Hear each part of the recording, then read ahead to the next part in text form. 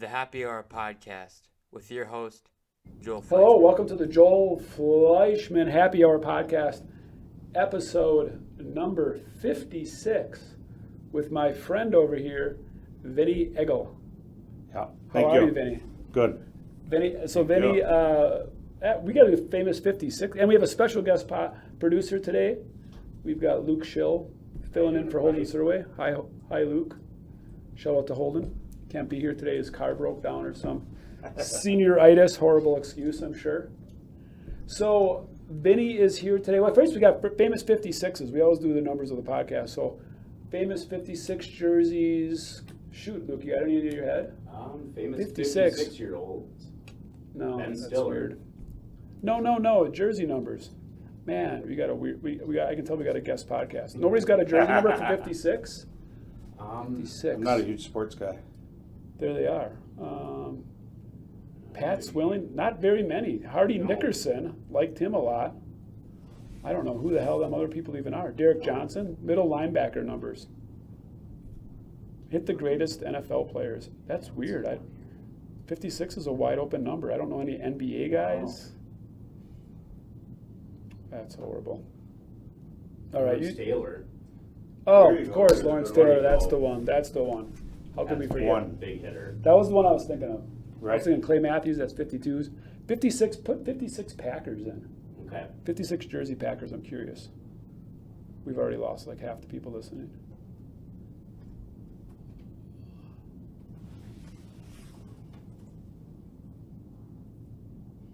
Nothing. Like, nobody who. 56. Oh, Nick Burnett. Come on, everybody. Yeah, You I call feel yourself a bad. Packer fan. Good middle linebacker. 2000, round one pick. I didn't know that. Back when linebackers were taken in the first round. All right, anyways, I'm bringing Now Vinny we're- on today. Two different reasons. I know him pretty well. Don't stop at his bar often enough. I don't start at anybody's bar often enough. I don't get out enough. But owns a bar here locally near Campbellsport called the Curve Inn. Get to know about that a little bit with him and his family and what's it like to own a bar in 2022. A rural bar Not easy. and a rural bar. Yeah. A rural bar. I call them rural bars, which are Yeah. fun bars. And you've done a great job remodeling that. And then also you are running for state assembly Correct. State Assembly of the 59th. of the 59th. Yeah, which is what district? What does that Um, cover? Covers all the way from town of Stockbridge, all the way down to city of Hartford, up through town of Scott, all the way up to New Holstein, and back over. It goes around all the major cities. So around Fond du Lac, around West Bend. Okay. City of Hartford's probably the biggest, but How many people? covers a lot of rural Do area. you know how many people that is? I think it's right around 58,000. 58,000 people. So we're like a small city then. Yeah. We're not like that big. That think doesn't on- seem so intimidating I then. think in past years, large voting years, I think we've had about 22,000 voters. Right. And you have no political experience coming into this? None. None. Let's get to that. But before that, Vinny doesn't drink beer, even though he owns a bar. He drinks whiskey, and he is, I believe, one of the first, not the only person first person that's ever brought whiskey. One of the only people that ever brought their own alcohol onto the show. It's a happy Yeah. hour podcast. We got to do this first. I know you always like to do your beer, and I don't drink beer at all. If I've had 5 or 6 full beers in my entire life, I'd be surprised. So, And you've been a whiskey drinker for how long? probably about 8 or 9 years. I used to hate whiskey.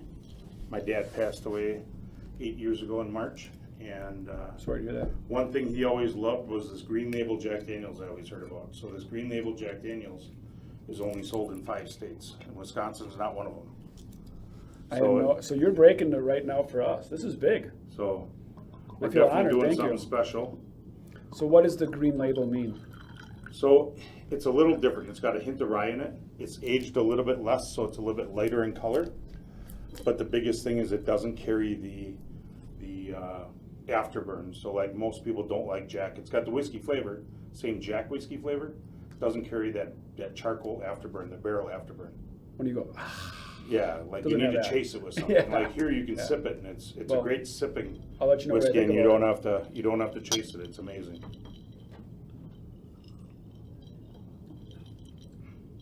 Yeah, it doesn't have that kick at the end. It is true. Jack Daniels typically the straight Jacks have a strong hard kick at the end. Luke, you want to try it? Yeah, It's got a really smooth finish. It's honestly It does. It actually goes down hotter than it comes out, Correct. which is not true whiskey. So Yeah. And I love whiskey, but I get really. My wife does not love whiskey in me. I think I'm hilarious when I drink whiskey. My wife does not. She doesn't find it as good as you, right? No, not at all. Yeah, it finishes super smooth. Yeah, you like it?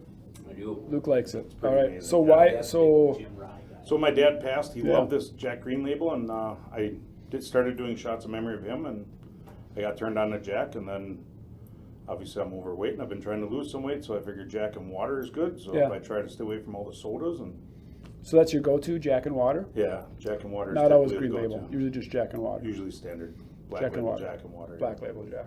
The downfall is Jack Daniel's working on discontinuing green label right now. Why? I Supply don't and demand. believe it's sold enough, and I don't think it's. I don't know. I'm Not not really working. sure. We went down there at Christmas time, and we asked them, and they said they were discontinuing it, and they were actually out of it at times, so I didn't get to bring much home. Yeah. But yeah, you have to travel out of state to go get it. I visited when college days. I visited the Point Brewery Yep. tour. I used to love that when I go visit my buddies in Point. Shout out to my high school buddies. And we visited the brewery, and we always had loved the shorties for whatever reason. And they told us it was the last batch we're ever going to make. We're college guys. We're like, hey, this is an opportunity, right? Right. So anything we could fit in our vehicle. I mean, we were sitting on top of the shorties, all over our little apartments. Yeah, they were still making shorties like 2 years later. We see them like randomly at a bar or whatever. Like, oh, they were lying to us. I don't know if they were lying to us.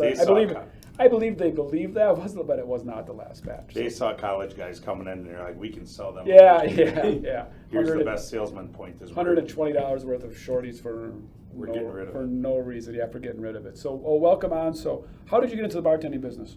Fell into it. I was a welder fabricator for 16 years. At 34 years old, I got laid off in 2009. I worked for a great small company in Saukville, Tester Manufacturing. They make their own product. And we still had a year in the books, which was great. So I still had another year of work, and I was the second welder there. So once we ran out of contracts and stuff, then I ended up getting laid off and stayed home for a year with my daughter. And then I went and got a CDL. We were moving up to Campbellsport because childcare was about half the price of Ozaukee County. Where were you born and raised? Born and raised in Port Washington. Port Washington, Back when there was a okay. hospital there. Okay.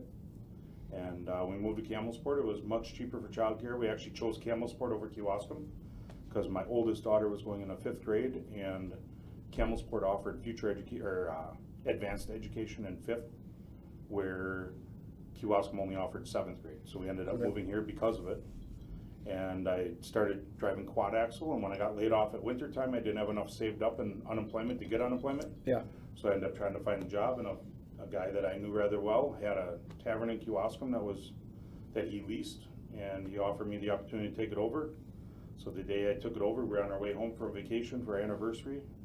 Our wedding is October 5th. We opened the bar Monday, October 7th. And this was right from Themer? No, it was Rob. Rob Geiger had it at the time. Okay, what was the name of it? And he leased it. It was called Cowboys for a couple of years. Oh, yeah, And Cowboys. Cowboy got out of it forgot because about Cowboys, he was yeah. terminally ill. So But Rob Themer took had it still over. owned it. Themer still Shout out owned to it, the yep. Themer family. So that was originally the place that you're at, where I grew up, was actually Themer's Sip and Snip.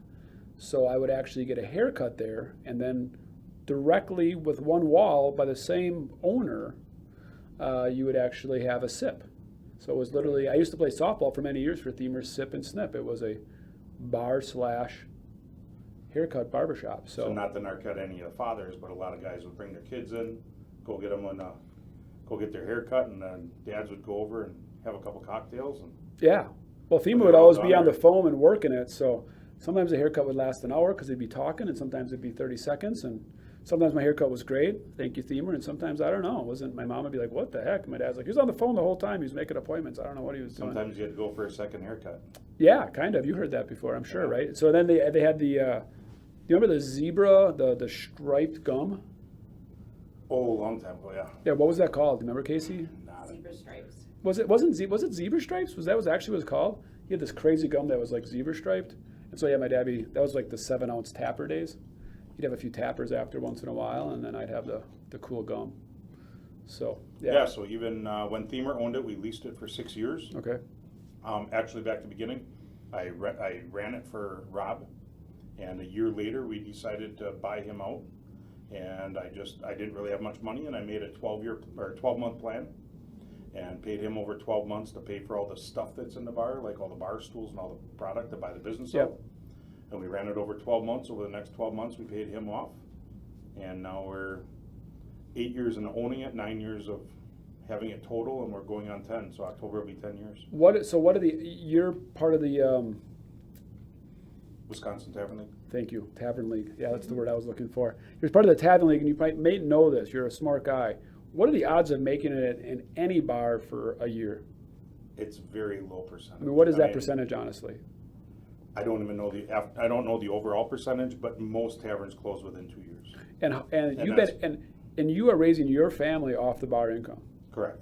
Which is, what are the odds of that after 10 years? I mean, nobody's doing that, right? Right. You have no food.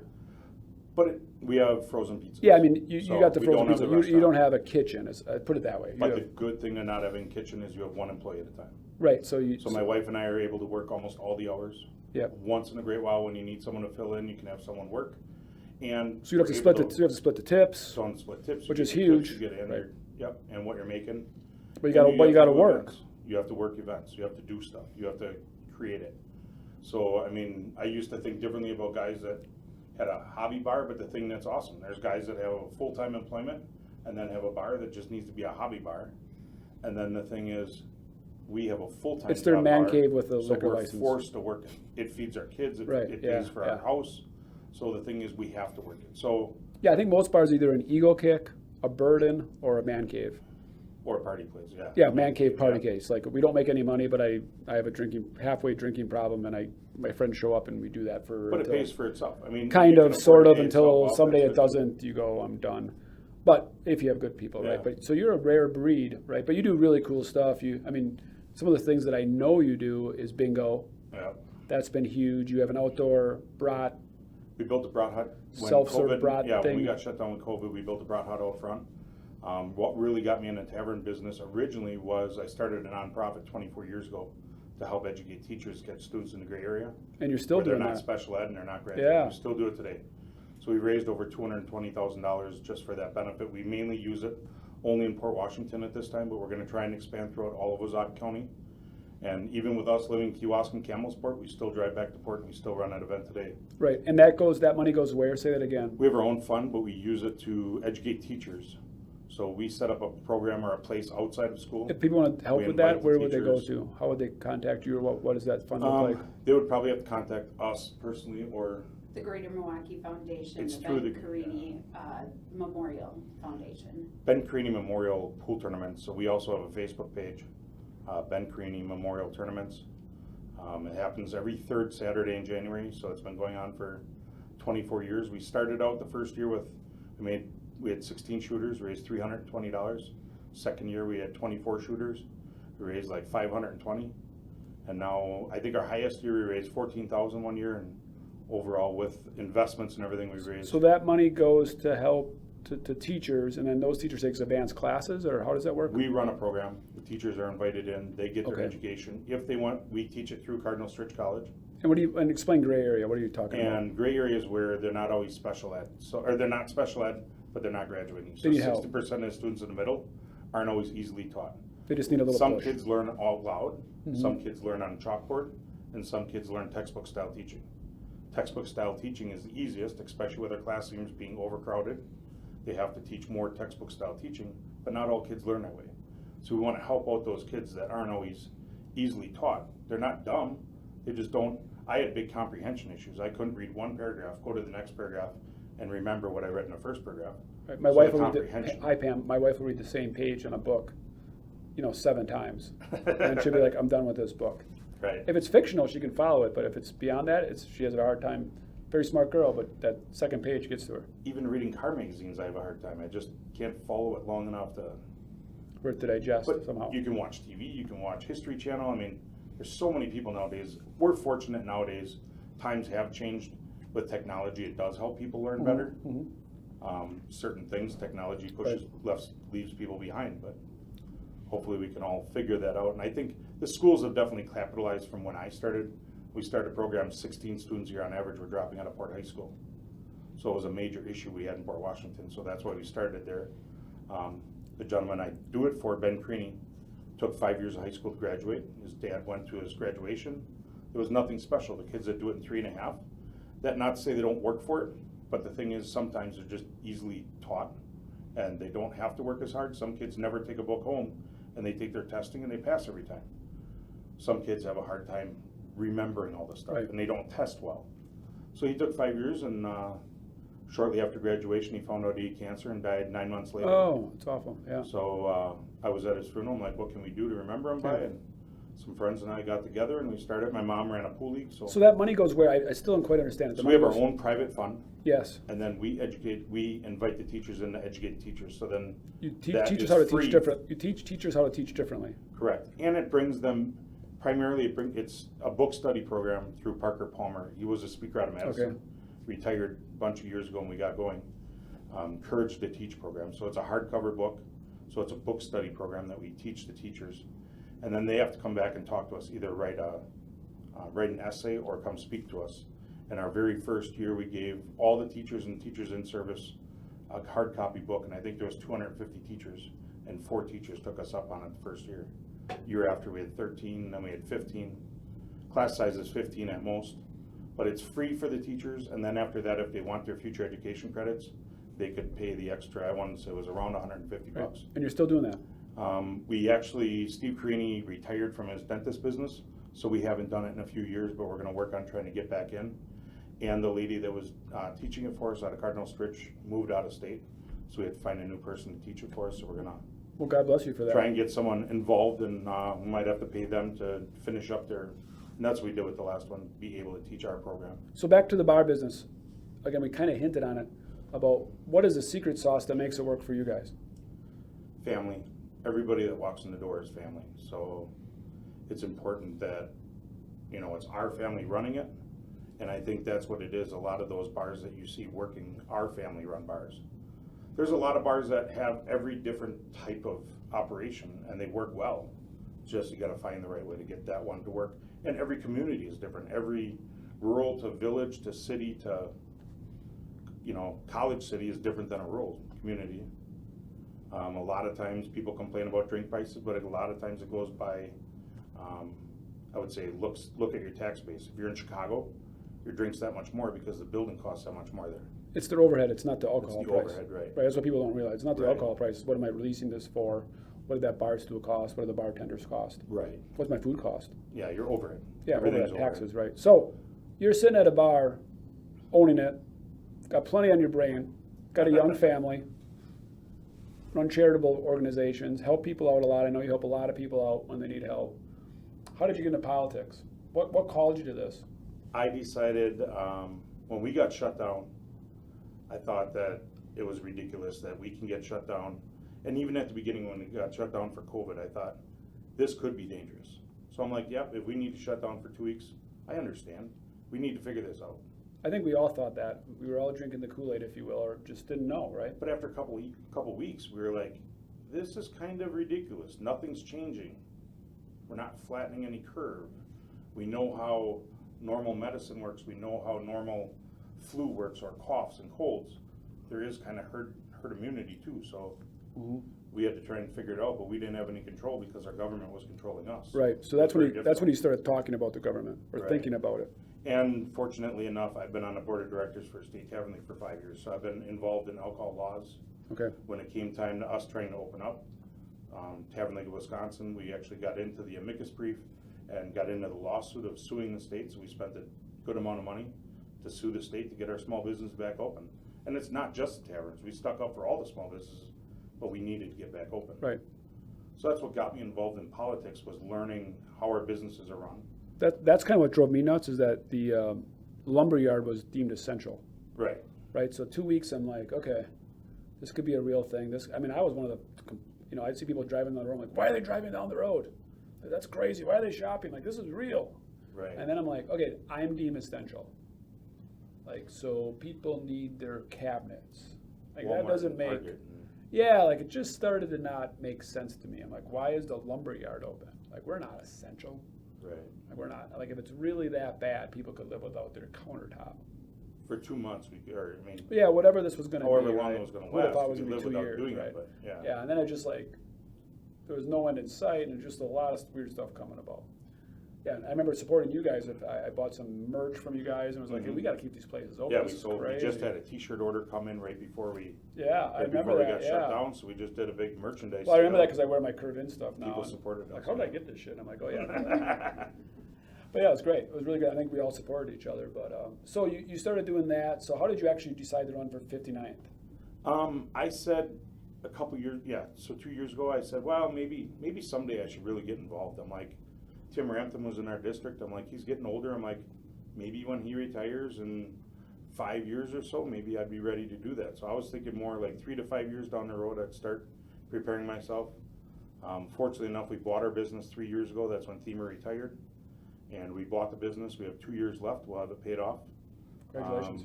I was looking at that 3 years or 5 years down the road, I'd be maybe ready to take that jump and do something. And then Tim decided to take the big jump and run for governor. So with Tim Rampton stepping up, I decided that maybe it was my time. You can't really wait till you're ready. Sometimes you have to do it when the time is right. All right, I think we got him. Well, he's not liquored up. The ice is melted, but we've got him softened up enough, right, Luke? So, and for anybody watching, so give me your campaign speech. Who are you? Why should I vote for you? Why should I vote for Vinny? Because I'm just a normal guy, ready to take my small business experience to Madison. And what needs to be My done? biggest thing is I just have blue collar background, and I'm a normal guy, and I feel us normal people finally need a voice. All the rich politicians can buy their way to Madison. A lot of people can buy their way to Madison, and I feel that with the help of the Tavern League, I was able to learn a lot about it. With them, I'm able to push myself, do some fundraising, and get myself there. And I think I'm that common voice that the normal people have in Madison. If you get there, and if you had a platform and you could change one thing about our state, what would it be? He's gonna start drinking more whiskey, isn't he? Right, now I really need to drink. Now the questions are getting real. No, there's There's one bill I want to pass my first year, and I wouldn't say that there's other things. I mean, there's a lot of things No, that but if need you had, work. If I was able to pass a if bill they literally tomorrow, said, Vinny, you can do whatever you want for one day. You're God for one day of our state. Right. What would you do? What's like the first thing you'd either take away? And again, being a normal man, we're overlawed, right? So I don't know if you take something away, or would you say, no, we need to do this? I mean, then, right, then you're going to be in the legislation. So there's so much broad spectrum of that, right? Like, I really think we should shoot more wolves, right down to, I have no idea. we really need to work on our education program. We need to work on our teachers, or help our teachers out. We need to work on our What does that schools, mean? and we So need what to does make our. that, so yeah, I'll call bullshit on that. We Well, need no to, shit. Like, would any voter be like, teachers suck, they need less money? Like, everyone agrees with that, Benny. So what the hell would that mean? What would you do? but I honestly believe that we You need got to one help day. the teachers. I mean, Yeah, it's- help. So what are you gonna do? Give them a. But we need to letter make in our the mail? schools safer. We need to stand up for the teachers and not Go let the kids. deeper. Go deeper. Not Come let on, the you're kids a be able to hit them. We need to, instead of protecting the 3% that are causing the problem, we need to protect the 97%. So what would you do? Bring in law enforcement? I mean, what would you actually do? Like, would you support a higher budget to pay the teachers more? Would you, I mean, what would be that you have one day to do this? We need to get rid of a whole bunch of frivolous spending, because we have, obviously there's spending on other things that we do. I mean, there's a lot of stuff we spend on that and I don't know a lot of it yet until I get there, so I can look at hard numbers. But I would like to say, yeah, we need security, so we need to find people. So kind of you want to run a little bit, you want to take your small business experience and saying, let's run this like a small business. Right. What the hell am I And protect overpaying them. for? I'm Our future overpaying is for our toilet kids. paper and whatever, right? And you would like to put that more money into education. Right. But there's a lot parts of education. I mean, just like you Yeah. said, it's school safety. It goes to classroom sizes but the thing is our MPS is still wearing masks. right. Let's address that issue. We're being controlled. We're being, Why is MPS, Milwaukee Public Schools, where you cannot find a teacher, nobody wants to work there, toughest district in the state, potentially, I don't know, maybe there's another one. Why are they wearing a mask? I'm not sure. They're controlled by I'm not controlled by saying you have local the answer, government just like, also. oh, shit, I'm But they're talking controlled about- by local government too. I mean, No, as much you as we can't have do state that to government, we have 59, federal yeah, government, right. we have all No, this that's stuff. that's down to their local school board level, so you can't influence But that. one of the huge things is school choice too. Right. So MPS, last year, they had a bill that they tried to pass and Evers vetoed it to try and split up MPS so it's separate schools. So that if a parent in one area that they're told their kids have to go to the school, they could technically school choice to another Milwaukee school. Right, it would actually defund, because you get money based on how many people go to school there. So if they had a really bad school in the Milwaukee Public School District, they would just have no enrollment, which would thus leads their school closing. Correct. So it actually becomes a little bit of a capitalism within the school districts, right? You're bringing a little entrepreneurship within the school districts, come play nice in our sandbox. But that's not decided by the legislature. That would be decided by the parents then. So now. Right, you're but putting you it have in to give them the opportunity to be You decided give by the the parents to be able to Right, make again, that it's like choice, capitalism, which like is good, we're yeah. gonna open this up and let the parents decide where it goes and where the money's gonna be funded. Right. Where And the goes money is should funded. follow the student. Right, and If it they does. choose to do Right. homeschool because they can't handle any of the schools they live by, then do homeschool and be able to get paid to do that education or pay who they go through. So I'll ask you the same question in a different way. What pisses you off about our state? A lot. I don't believe that, like, even though I'm Republican and I'm a constitutional conservative, I feel that we shouldn't be able to overpower anybody. So right now we have the Assembly and the Senate as Republican. We had a Democratic governor, and he was able to veto anything. Only if you have enough people in the Assembly and the Senate that you're able to make it veto-proof. But we need that system to work better together. Well, he's truly the governor that has done nothing. Right. And it's really, really sad, because that's actually now working in his favor for the election time. Right. Right, so I've talked to a lot of people on both sides of the fence, Republican and Democrats. The fact that he's done nothing, and he truly hasn't, he does not speak on the media. I don't know where he is I don't know where he's been his whole election. Right. He never came out on any side of the fence on COVID. He's done nothing. You have to, I'm wearing this hat, lion's not cheap. You have to stand on what you believe in. Even if I hated the guy to guts if he was doing something, but then again, he could lose the election. He's literally just said, I'm not gonna do anything, I'm not gonna say anything, and I'll just get reelected, in my opinion. Right. And to me, that's been the worst, because it's been the non-activity in our state, and now we're getting way behind on a million things. Well, when The you, agenda is not being moved, we're not progressing. It's like owning a business and just refusing to change at all for the sake of continuity. right. And there is no progression. That's kind of the issue, is it's any business. The state is a business. Yeah. The boss is Governor Evers. Well, the issue is if Governor Evers doesn't communicate with any of the people in the Assembly or any of the, or Or people does in the anything, Senate, does anything. but he doesn't even communicate with them. Correct. How can you Or run a the business public, for a year or and a his half and not customers, communicate or with his their- customers. Right, or the customers. Again, what is he doing on any given day? Right. I have no clue. Hiding in his basement. I don't know. Could be, I don't know. Not a clue, but he's not running it like a business. He's not talking to anybody. Right. You can't do it without communication. So you want to foster communication, you want to foster small business, principle and ethics. You want to Common foster sense. common sense. We You don't want- have common sense. Right, which again goes to that small business. Right. Right, and get some shit done, is what I'm Hopefully. hearing.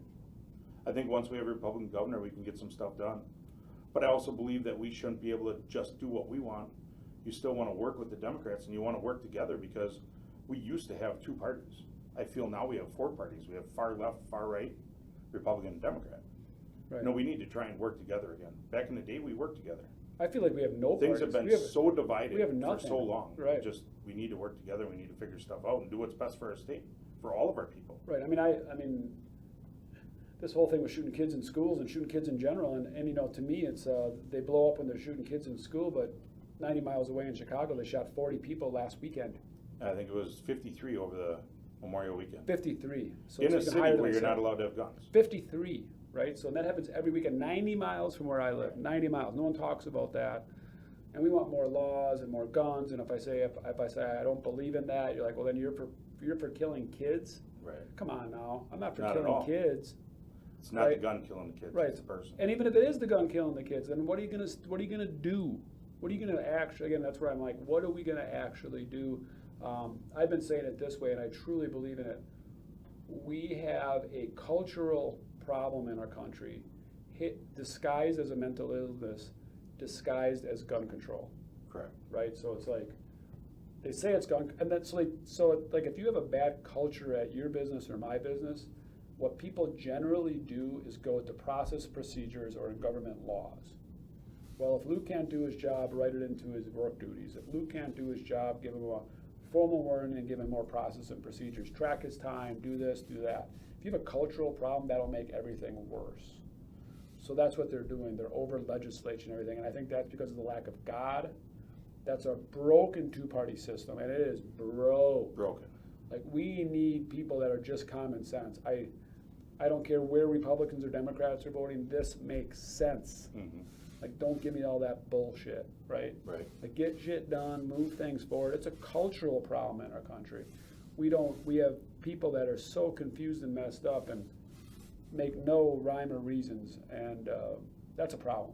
I don't know how it's fixable, but I do think, and I'm a strong supporter of voting for Vinny, we just simply need common sense. And you said it yourself, you wouldn't know what you would attack on day one, but you know as it comes up, you'll speak for how you would run your business, how you would run your family through God and country, and do what's right and get it done. Well, I'm looking forward to being a common individual, common blue-collar class person, to come home, sit in a tavern, and chat with other people. I mean, I was going out to nonprofit events all the time before I even planned on running for politics, and now we're out even more, but I want those people to come and see me. I mean, look at Glenn Grothman. He's out everywhere. Sometimes when you talk to people, you'd think there's 3 of him for all the events he's at, but we're at a lot of events too. I mean, I want people to be able to I want to be approachable, I want to be able to hold a conversation, and I want to learn from the people. Right. Because that's where it's supposed to be ground up. We need, the people's voice is supposed to be heard in Madison. Right. It's not what I think is best, it's what my people think is best. Which is still, to me, still best done on a local level. Again, if you really want to influence the world you live in, I've always said this, Joe Biden, and again, maybe he's got way more control than he used to with some of the things that he did, but he doesn't affect my life, right? Federal doesn't affect my life, state hardly does, local does. Like, that's what people aren't aware of. Like, there's openings on town boards, there's opening in public school districts, and I'm not one, I've never been called to public service, so I'm not complaining about people not volunteering, Mm-hmm. but do realize the local government impacts your life much more than the federal government does. Right.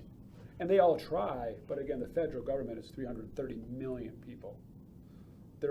It's a broad spectrum there. I would say the easy way to look at that is your daily life is controlled by your local government.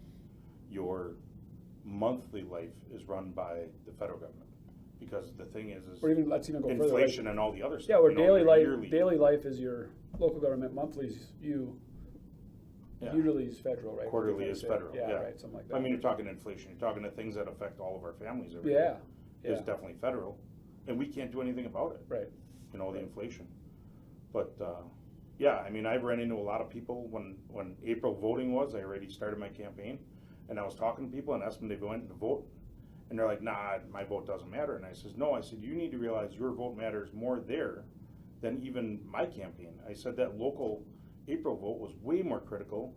I said, because that's the person taking the ballots. That's the person in the schools taking care of your kids. That's the people taking care of everything close to home for you. And again, locally for me, and that comes down to 80 people. Right. You know, those people that are running your daily lives, if you will, and your family and your kids, those votes are coming down to 80, 100 people. Mm-hmm. Those are not And every done vote by, matters. yeah, no, like, you don't think your vote matters when it comes down to 100 people? Right. Like, you could probably vote and rally 25 people to vote. Like, you're getting it close. Right.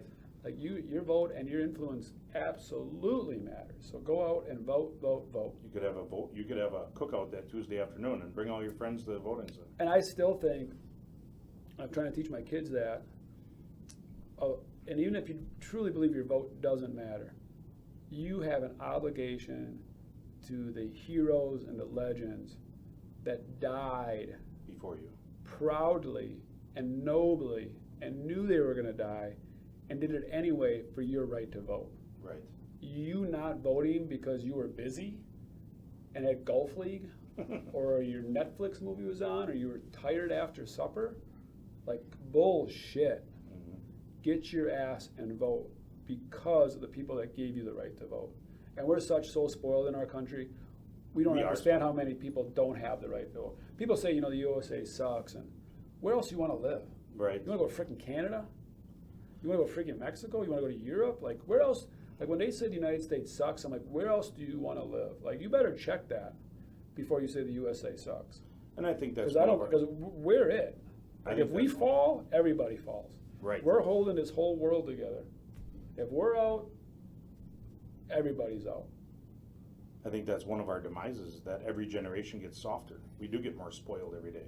Absolutely. So it's kind of difficult, we try to make it easier for our kids, but I feel we weaken our kids by making it easier. Yeah. Everybody wants it that they get it just a touch better than what they had it. Because we all want to work for the future, but So I'm going to screw this up. Luke, do you know this? Vinny, do you know this? Strong times, right? So Google that, right? We'll bring that up. oh yeah, Can you say it? I can't even say it. Well, Strong I believe times it's make strong weak times. kids. Yeah, Strong times make weak men. Put that on there. something like that. Yeah. It'll come up. That'll get us close. I'll go to images. There you go. Go to that second one. Weak times bring strong men. Hard times bring strong men. Strong men bring good times. Good times bring weak men. Weak men bring hard times. Hard times bring strong men. Right. And recycle. It's a revolution.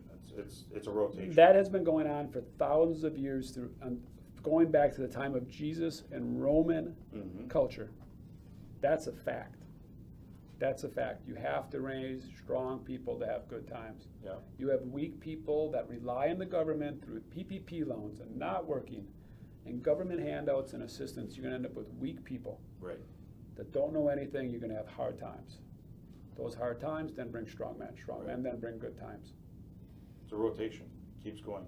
And that's just the way But it life also works. creates entrepreneurs. So Oh, even in, well, I've even said this, '08, which was, but even in the Great Depression, remember there was more millionaires made in the Great Depression than in another, well, now we probably have more with Yeah. inflation, but even in the Great Depression, there were people that figured it out. some people figured it out. Yep. Somebody figured it out, right? Yeah. Like, not everybody was broke, Mm-hmm. not everybody had hard times, so you just gotta fight and overcome, Get through it.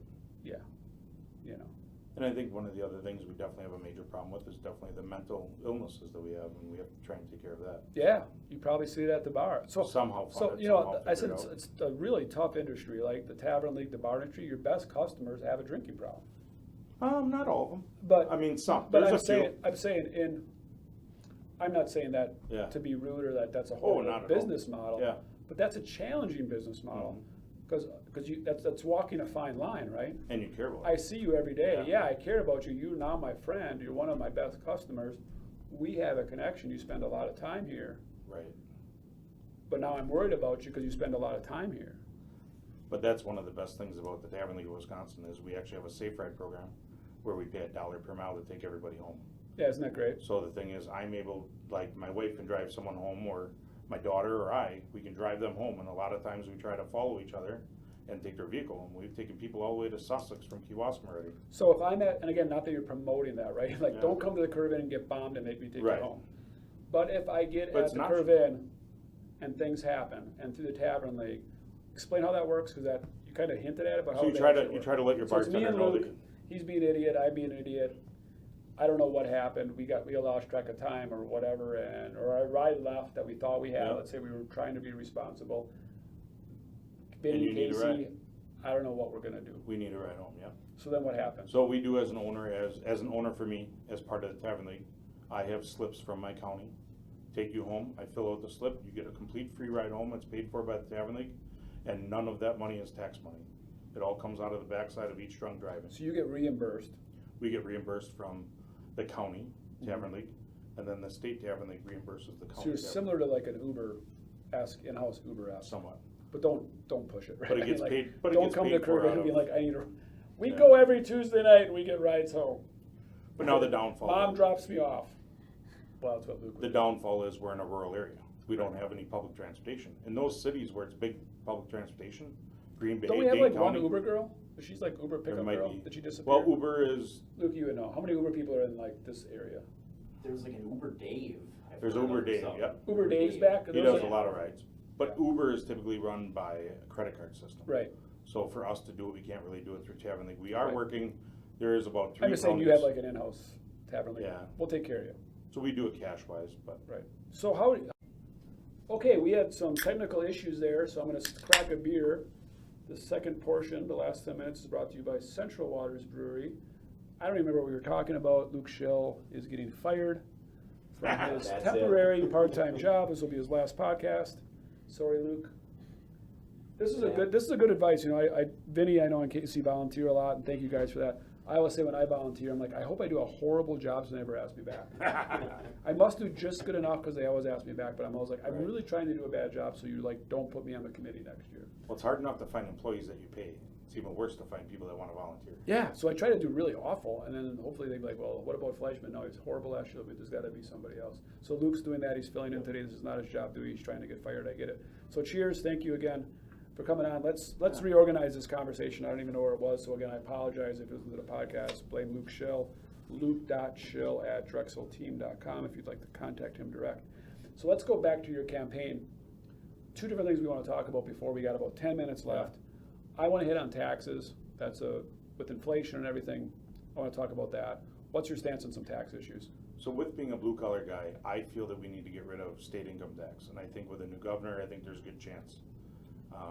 There's a couple of them that have been talking about it, but I think Walker started on it, and I think we have a future in it. And if we can get rid of state income tax, the only people paying state income tax is the working people. The people that are sucking off it are people getting tax returns off the bottom. If they have a bunch of kids, they get extra tax returns. The ones that the ultra rich, they have 5 businesses doing one thing, 3 businesses that are losing, 5 are winning. They ended up writing off all that losses, so they don't have to pay a lot either. The middle class seems to be the ones that pay. The ones that always say, well, if I work too much overtime, I end up having to pay too much income tax. So a 50-hour week pays almost the same as a 60-hour week because it gets stuck in the next tax bracket. We shouldn't have to worry about that as much. So Florida does not have a state income tax. Correct. There's a bunch of states already. I mean, I don't know exactly. Let's pick on Florida. Literally booming. People are moving there. My accountant, you know, and I am fortunate through Drexel to make a good amount of money, more than I would have ever thought. Mm-hmm. He told me, Joel, you need to be a resident of Florida. He told me that in a meeting. He's like, go buy property in Florida, a house in Florida. Within 3 to 5 years, based on the income that you make, you will have that paid off and you will not pay any taxes. Right. I'll get a non-hunting license up here, right? And it's all legal. I can get a non-resident hunting license. Right. So people are doing that day after day after day. Florida market is what? Booming, job creation. People are coming into that. Nobody there pays state income taxes. If you like sports, sports players are going there. And again, let's not get obsessed with sports. I hate when people do. Right. But there's a reason people come into Florida, right? We have a wonderful, well, it's horribly liberal, but a wonderful Madison, Yeah. UW-Madison, right, with the smartest people in the country coming there. We have some of the And best then they're medical. leaving, so why they would stay if there was no state income tax. 'Cause Right. I'm a huge component of you work, you don't pay state. Why tax people for working overtime? Right. More. Why be scared of a higher tax and make as much as you can? Why be scared of that? Now we have to make up for some of that. So the thing is, we have overspending. Also, that would help with cash jobs. Right. Like to help the government, I mean, there may be less cash economy. There's always going to be a cash They're economy. trying There's a to little bit less to that because there's no state income tax. but we don't have to pay people to go looking for it. Right. Right now, we're paying Department of Revenue people to go look for the cash jobs. Right. And one of the things we can do to help make up for some of that is charge property tax for people that don't live in Wisconsin. We all know that most of our properties around the lakes in Wisconsin, all of our natural resources are being used by out-of-staters. And when they buy our houses and they Airbnb them, they end up taking all the money back to Illinois or to Minnesota, our neighboring states. So if we charge them extra tax on a property, that they're taking their money home So a because they don't live in Wisconsin. non-resident property owner would pay a higher tax income Higher property tax income. Well, that's smart. I like that. That's Because what we I'm want to going. take care of the Wisconsin work. It's like a non-resident. It's like a non-resident hunting license. You're going to visit us. You're going to shoot one of our deer. We love to have you. You're coming in anyway, so instead of $50, we're going to charge you $500 for a deer. That just makes sense. Everyone does that around the country. Property taxes makes a ton of sense. If you want to come up to the Great Kettle Moraine, see us. It's going to cost us a bit more because you're not really on our grid. Right. You're not stopping at the Curve Inn every weekend and paying those taxes and sales tax, and you're not going to Blue Door for coffee, and right, you're coming up occasionally, or you're VRBO in it, and then you're taking all that income And taking it back. and taking to it somewhere back, right? else. Especially that VRBO stuff. Right. Shout out to Father Strand, good friend of mine from Kewaskum. I love priests because they're super smart and they're super dialed in. And then once in a while, you know, because they're just a little out of the loop, which I love that. They just don't quite get all the terms. He's like, yeah, I'm going out west with a priest friend. They're gonna go hiking. He's like, we're going to one of them verbos. Like, you're going to I go, what's a verbo? He goes, no, verbos, VRBOs. I go, yeah, it's a VRBO. He goes, people say VRBO, they don't say verbo. I said, nobody says verbo. He's like, Right. oh, that's really bad. Oh. I'm like, yeah, well now I know what you now mean. you know. So Father Strand, yeah, that's why I love priest friends. They're totally with it, like Right. 99.9% of the time, and then God's got them distracted with the real stuff in life, so they miss out on the verbal conversation. Well, and so back to us getting shut down 2 years ago. One of the things is the churches got shut down. How come you can't go to a church? I mean, you know, we all got shut down, small business and churches. So sometimes you need, you know, even with the mental anguish problems we have, some of that could have been fixed by even being able to go to church. You feel that new vibrance when you walk out of church. You know, it helps you every time. And I know the government shut down churches. My biggest problem was, and to me it was the Catholic Church, largest organization in the world. It was the one chance they had to say, enough is enough. they could have said, you know what, sacraments overcome the government, overcome the law, Right. overcome death. We will be having baptisms, we'll be having confirmation, we will be having weekly mass, and I will never forgive the Catholic Church for that. And I am a staunch Catholic, but that was a huge mistake they made, where they succumbed to the pressure and said, And they yeah, should have we're shut down. I said, there's no reason you should be shut down, none. There's a lot Absolutely more none. people that should have stepped up. I mean, Yes. shouldn't have just taken Tavern League to sue, but there should have been other people stepping up and saying enough is enough. Right, my lion's not sheep. Again, Right. we have a cultural problem where people would rather stand behind Facebook and go to Kewaskum Chatter and Wrightstown Chatter and friendlyneighbors.com and bitch and scream and yell. You see them out in public and they won't say a damn word and they won't go to a damn meeting. Right. And they won't work. Right? We have a work problem. Again, we have a cultural problem in our country. And again, God bless you, Vinny, for running for Congress. And so I ask State Assembly. State Assembly, what's Congress? don't Well, know. I guess What's it'd be the difference? Congress of the state. Yeah, again, now I'm a moron. I just bitched about But the no, morons. it and would now be I'm the a moron. Congress of the state, though, you're right. It's not the Senate, it would be the Congress of the state. I don't know what Congress, assemblies, and all the same shit. Senator, Yeah. governor, I don't know. You're So governor, one of my favorite. State Assembly, so you are literally gonna be, okay, let's break that down a little bit, because Luke, you don't know, you have a fucking clue. I'm shaking my head over here. Like, you're like, what are you, you're like right, there's the assembly, you're not a senator, there's state senators? They're state senators, so But you they have report to the government, like Ron Johnson reports to the feds. that's a federal senator. Yeah, federal senate, and then there's state senators. State Senate, And then you're like the House of Republicans for Wisconsin. That's what Assembly does. right, it would be, House of Representatives. The House of Yeah, Representatives. whatever the hell I State said. House. House of Republicans. They're not all Republicans. they're not all, yeah. Hell, I work at a lumberyard. No, that's all good. Some whiskey in me. I mean, But shit. one of You're the House of Representatives for Wisconsin. For the state. Simply said. Correct. That'd Right, be for the easiest. state. Easiest way to Correct. say it. And then there's a Senate, right? So Right. who would be the local in this region? Local senator is Dewey Strobel. Dewey out of Strobel, St. right? Louis. Yeah, right. I know Dewey a little bit. Yep. And then you would have, so that's your Senate, that's your, Senate Assembly. which is assemblies. Yeah. You call it the Assembly in Wisconsin. Yeah. House of We have Representatives. 99 assembly members. Right. I don't remember how many Senate members. but And then the there's governor, and then less, you have 'cause your they're bigger. then you have your legislation branch. Sure, Then you have shit we governors. all learned in 7th grade. Luke's like, I have Right. no Yeah. idea. You Yeah, haven't, it's you been- haven't, It's been a while. Luke, you haven't inputted any of this right now, I noticed. Yeah, I'm Right, staying out. civics, social studies, civics, didn't do so good. I made her through, but Okay. Didn't Tested sound- well, didn't right? sound Yeah, well. tested well. So we end every one of our pods, and we're already wrapped up even after Luke blowing this whole podcast halfway through. But that got us back on track, so I appreciate it actually in a way. Thank you for coming on. I ask every Thank single you. person Thanks who's ever for come on a having me. podcast, you have one big giant billboard. You can put anything you want on it. Anything. It's your billboard. Millions of people are going to see it. It's going to be up for a very, very long time. What do you put on it and why? My billboard today would be vote for Vinny, but that's only gonna last another 2 months. It's primary only. Okay. But right now it would say, vote for Vinny, just a normal guy, ready to take my small business experience to Madison. Okay. Well, we're gonna paint that one over. Now we're gonna paint over that and just Right, have a that's- billboard that has So nothing to do that with my well, political. one that's like that's right. That's a good one. I appreciate that one. Now give me another one. If you wanna make God laugh, tell him your plans. That was a sign my wife used to have above her desk when we first met, and I still carry it with today, because the thing is you never know where life is gonna take you. And if you think you have a plan,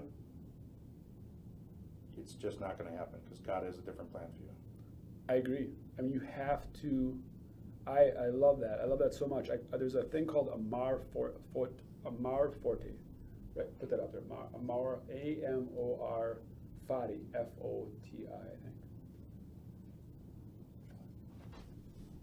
Fatty, right. Go to images. So I have a coin that I don't today. That's it right there. You know, the Stoics said that, so that would have been like Marcus Aurelius. Not merely to bear what is necessary, but to love it.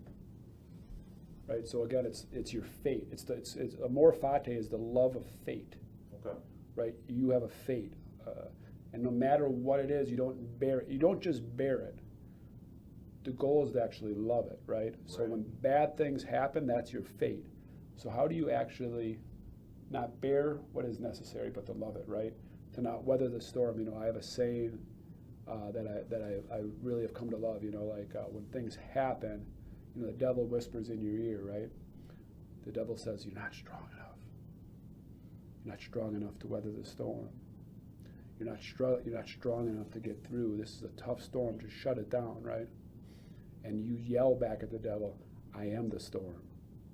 Right? So that's exactly where I think you were going with that, right? If you think you have a plan, God has and I always said God has a better plan. A better plan, right? God has a better plan, and it may not be even close to your plan. You know, you have a plan for sports or athletics or money or income or business or going to own a house, but God has somehow God has a better plan. He's trying to teach you a lesson. Yeah, 12, 15 years ago, we were broke. If someone ever would have told me I was going to own a business and I was going to run for state politics, I would have said you're nuts. So Yeah, but there was a lot of struggle with that. every day changes. So There was a lot of struggle with that. Oh, yeah. It wasn't easy. And one of the biggest things I try to tell my customers all the time too, especially when they're down in the dumps or when they're happy, I'm like, if you always look for something sad, you're gonna find sad. If you look for something happy, you can find happiness. Even in death, when someone passes away, you can find happiness because you find new friends, you find family you haven't seen in forever, and it's unfortunate sometimes it takes that to bring people together. But if you look for sadness, you're gonna find sadness. You know, and that's where I think a lot of thing is nowadays, people are very sad. More people need to look for the happiness in what's happening around you every day. Be grateful. Be grateful. Right? Time and time again, I just said be grateful. You know what I mean? We talked about, I remember you and I having that conversation very vividly at Blue Door, was just be grateful for what we have every day. You know, God bless every day, no matter what. You're here for a purpose. Find that purpose and go with it. Hey, I love you, brother. Yeah. Thank you for coming on. I Thank really you. appreciate it, man. Absolutely. Thank Casey, you. thank you for coming on from afar. She didn't want to be in, but she was influencing this podcast a lot just by her body and her language. So I love you too. Thank you for coming on. Luke, you're fired. Thanks for listening and tuning in and watching, everybody. We're out. Peace.